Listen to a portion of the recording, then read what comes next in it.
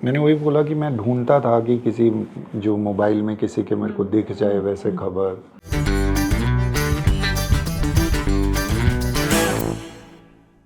जब आप गए थे तो आपके गायब होने के 4 दिन बाद आपके पिताजी ने पुलिस में कंप्लेंट की थी और मीडिया में फिर बात आ गई थी और फिर हर रोज़ थोड़ी-थोड़ी खबरें आपको लेकर आ रही थी कि ढूँढ रहे हैं, मोबाइल की लोकेशन यहाँ मिली है और इस रास्ते पर गए हैं, ये सारी चीज़ें आ रही थी। आपको किस दिन पता चला कि अब मीडिया में बात आ गई है और पुलिस मुझे ढूँढ रही है क्योंकि पिताजी ने मिसिंग कंप्लेंट दी है और परेशान भी हो रहे हैं पेरेंट्स। मीडिया उनसे सवाल पूछ रही है, सभी लोग पूछ रहे हैं।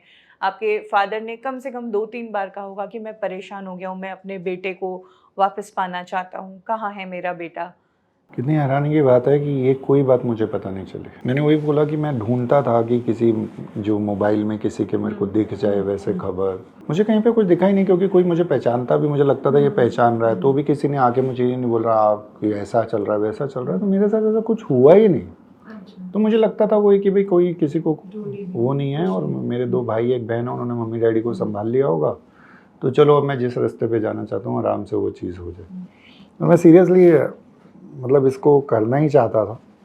और फिर मैं जिस दिन मेरा 12 मई को बर्थडे था तो मैं गोल्डन टेम्पल पहुंचा था वहाँ पे, तो मैंने 2-3 दिन उधर ही निकाले थे पूरा, और वो मेरा मतलब बेस्टेस्ट टाइम था एक्चुअली स्पिरिचुअलिटी के हिसाब से भी और जो मैं सोचता था उसके हिसाब से भी। लेकिन वहाँ पे भी ये होता था कि जब मैं वहाँ से जाता था तो फिर लोग तो देखते ही थे, तो मुझे लगता था कि यार ये मुझे देख के बात कर रहे हैं तो यहाँ पे अभी फिर पंगा हो जाएगा। तो मुझे वही लगा यहाँ नहीं, मतलब एक टाइम वहाँ पे मुझे ऐसा लगा था कि मुझे यहाँ रुकना चाहिए।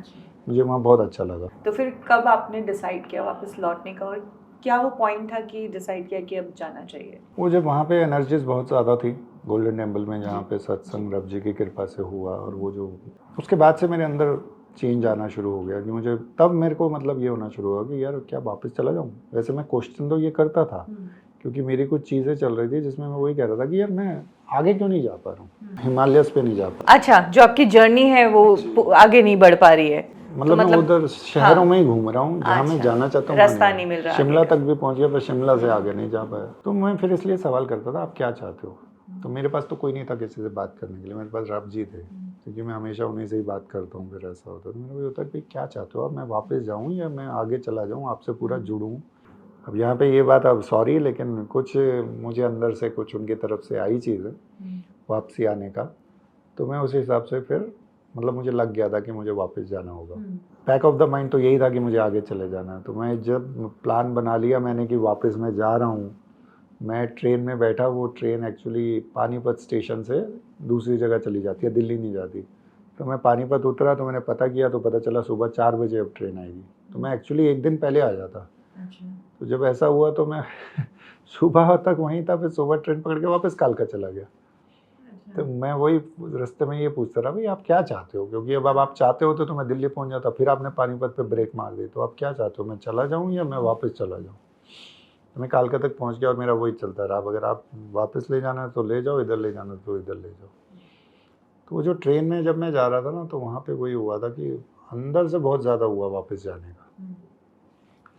तो मैंने डिसाइड कर लिया कि चलो वापस ही चलते हैं, ऐसा नहीं है। ये जो जर्नी थी ऑफ कोर्स ये आपकी लाइफ की अब स्पेशल जर्नी रहेगी 25 दिन की, और आपके ट्रांसफॉर्मेशन में बहुत इसने मदद की, आपका माइंड बहुत फ्रेश हुआ या आप और फोकस हुए अपने काम के लिए। लेकिन आपको लगता है अगर ये चीज़ आप कह के जाते तो इतना टेंशन नहीं होता, मम्मी पापा भी इतने टेंशन में नहीं होते, सभी लोग इतने परेशान नहीं होते? खुशबू जी एक्चुअली अगर आपको पता होता ना पहले से कि ऐसी चीज़ें होती हैं तो आई थिंक मुझे लगता है बहुत सी चीज़ें बहुत से इंसान ना करें।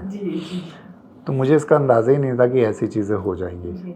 फिर मुझे, मैंने पहले भी बोला 0.1% भी अंदाज़ा होता ना कि ऐसा ऐसा हो जाएगा तो मैं जाता ही नहीं। अब वो 25 दिन में फिर बहुत सी चीज़ें हुई हैं। अब मैं कुछ चीज़ें ऐसी होती हैं स्पिरिचुअल जो आप नहीं बोल सकते। नहीं, कोई बात नहीं, कोई बात नहीं। बट आप वापस आ गए वो बहुत अच्छी है। इसका मैं एक फ़न पार्ट आपको बताऊँगी क्योंकि आपका टेलीविज़न